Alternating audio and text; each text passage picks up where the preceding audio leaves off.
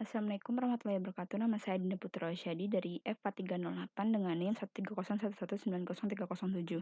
Di sini saya akan menjelaskan tentang tugas machine learning dengan yang tahap 1 yaitu clustering dengan menggunakan K-means modeling. Yang pertama di sini ada tahap yang pertama yaitu melakukan import library. Library yang digunakan itu ada NumPy, Pandas, Matplotlib, dan Seaborn. Lalu yang kedua itu ada langkahnya itu ada meread datasetnya, yang mana dataset yang digunakan di sini filenya bernama kendaraan_train.csv. Lalu selanjutnya itu ada menampilkan 10 data teratas pada datasetnya.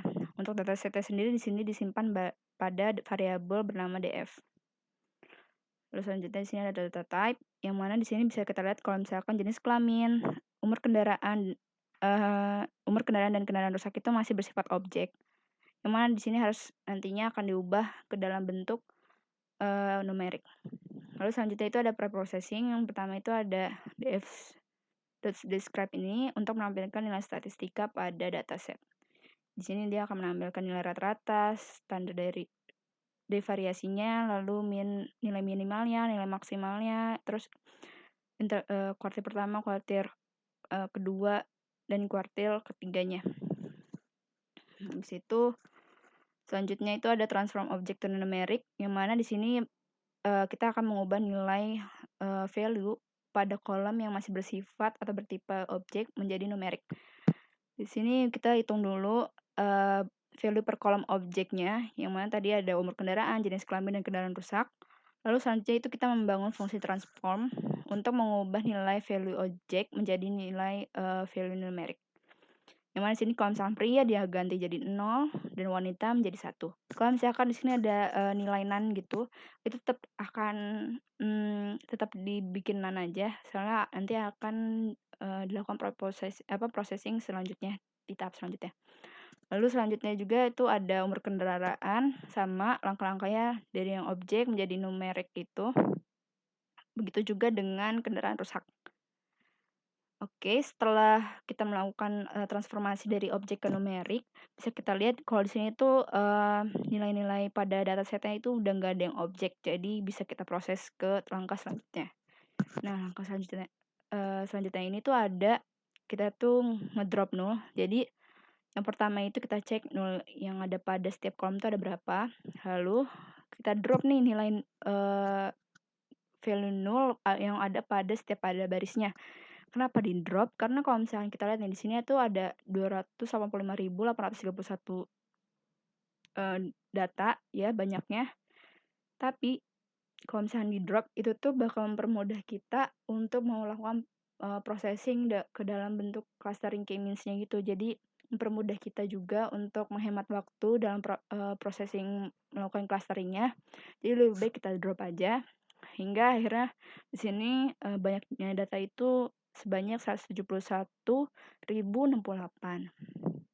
Lalu selanjutnya itu ada mendrop kolom yang tidak terpakai, yang mana di sini ada ID, kanal penjualan, dan tertarik. Kenapa dipilihnya ke ketiga kolom tersebut? Karena ketiga kolom tersebut tuh datanya itu terlalu bervariasi, variasi terlalu banyak sehingga sulit untuk membedakan macam dari setiap datanya itu. Jadi karena terlalu banyak variasinya, itu tuh kan nggak terlalu efisien gitu untuk dilakukan. Jadinya lebih baik di-drop aja untuk mempermudah kita melakukan klasterisasi. Lalu setelah di-drop nanti kita akan melakukan outlier, yang mana di sini tuh kita akan cek outlier pada setiap kolom yang ada pada dataset. Nah, di kolom ini bisa kita lihat nih dari semua tampilan box plot atau visualisasi box plot yang ada pada codingan ini tuh menampilkan nilai-nilai outlier yang ada pada datasetnya, dan bisa kita lihat di sini premi itu paling banyak outliernya. Nah, kalau misalkan yang paling banyak outliernya ini bakal diapain? Bakal kita lakukan normalisasi atau scaling data. Lalu selanjutnya ini karena tadi di situ premi itu paling banyak ya outliernya, kita tampilkan secara detailnya untuk nilai preminya ini. Lalu kita handling outliernya itu menggunakan interquartile function, yang mana nanti di sini nilai yang melebihi nilai maksimum pada, value kolom premi itu akan digantikan dengan nilai upper bound atau nilai maksimum pada, kolom preminya. Jadi nanti semua nilai yang melebihi batas wajarnya itu akan diganti menjadi nilai maksimumnya, begitu. Lalu selanjutnya setelah kita lakukan implementasi untuk handling outlier-nya itu bakal terlihat nih kalau misalkan outlier-nya itu udah teratasi dan udah hilang, udah nggak ada yang di luar, eee, apa namanya, box plot-nya lagi gitu. Lalu selanjutnya ada correlation-nya, yang mana di sini, menampilkan atau memvisualisasikan korelasi pada setiap kolom menggunakan heat map, yang mana bisa kita lihat di sini kalau misalkan, yang warnanya lebih gelap itu menandakan kalau misalkan itu mereka mempunyai korelasi yang kuat atau tinggi, yang mana mereka akan mendekati 1. Nah, di sini itu kan ada umur dengan umur kendaraan nih, ya. Umur dengan umur kendaraan itu korelasinya tinggi banget, hampir mendekati 1, yang mana 0,77. Tapi di sini tuh nggak bisa kita gunakan untuk, melakukan klasterisasi. Kenapa? Karena umur kendaraan itu variasinya itu terlalu sedikit, jadi, eee, tidak efisien untuk melakukan klasterisasi. Jadi kita ganti, pilihan kolomnya itu ke kolom yang lain, yang mana kita cari nilai korelasi tertinggi kedua. Bisa kita lihat di sini tuh, korelasi tertinggi kedua itu ada umur dengan premi, yang mana nilainya itu 0,063. Nah, di sini premi sama umur itu nilainya itu kontinu, jadi variasinya banyak tapi, nilainya kontinu, jadi bisa kita gunakan. Lalu selanjutnya setelah kita tentuin tadi kolom apa aja yang bakal kita gunain, kita lakukan splitting data yang mana di sini itu akan kita masukkan kolom tadi itu ke dalam tabel baru atau tabel yang sudah ada itu diperbarui, yang isinya hanya, kolom umur dan premi. Seperti ini untuk fungsinya.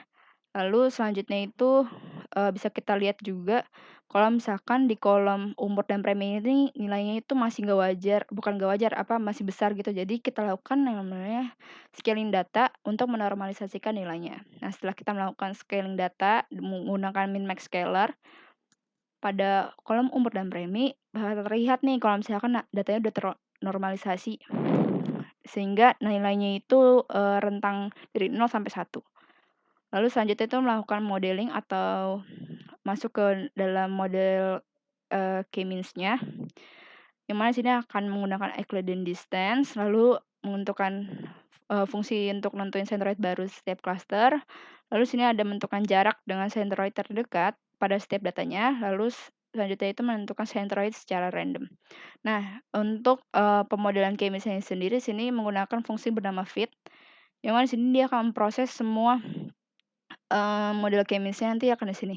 Lalu selanjutnya itu ada inersia, fungsi inersia itu untuk menghitung nilai sum of square pada, jarak yang telah disimpan, pada setiap data dengan centroid terdekat, seperti itu.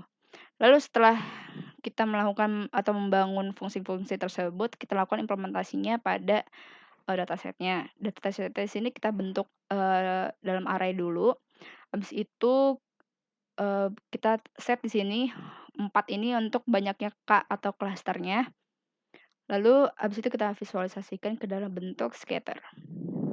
Nah, visualisasinya seperti ini.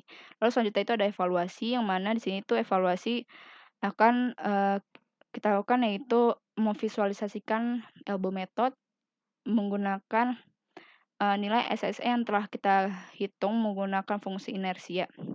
Nah, di sini itu range K-nya itu dari 1 sampai 11, yang mana dia akan menghitung dari 1 sampai 10 untuk nilai K-nya nanti akan divisualisasikan jarak SSE-nya itu atau nilai SSE-nya itu ke dalam bentuk elbow method atau elbow graph, yang mana, di sini kalau misalnya kita lihat di grafiknya itu bisa kita lihat untuk nilai yang paling optimum itu yang memiliki, perubahan data yang signifikan atau perubahan grafik yang signifikan, yaitu berada di nilai 3.